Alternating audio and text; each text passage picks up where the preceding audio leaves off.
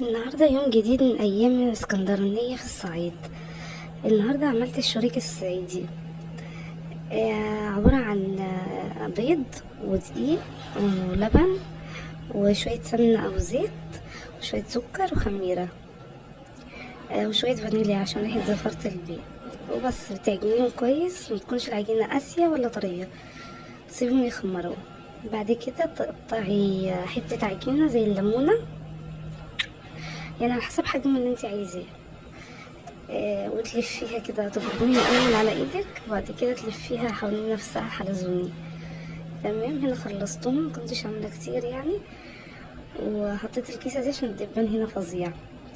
بعد ما خمروا عملت كرملت سكر وقلمت الوش، وحطيت شويه سمسم وسكر.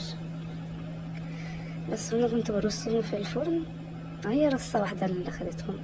في التوقيت ده كنت عاجنه عيش شمسي، وقلت اخلص الشريك عشان خمر بسرعة واقوم اقطع العيش، بس غطيته عشان يطرى، كان سخن جدا. هنا نزلت شمسية راحت وقعت من ايدي. بس هنا بقى العيش الشمسي هو ارهاق على فكرة هنا في الصعيد، بالذات اللي تحط الحاجات دي في مخها.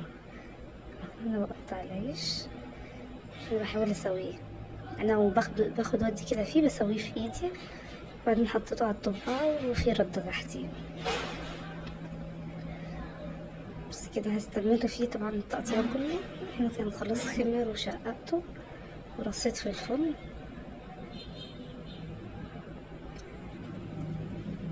بص الدبان حاجة فظيعة، معاناة مع الدبان. هنا كده كان استوى.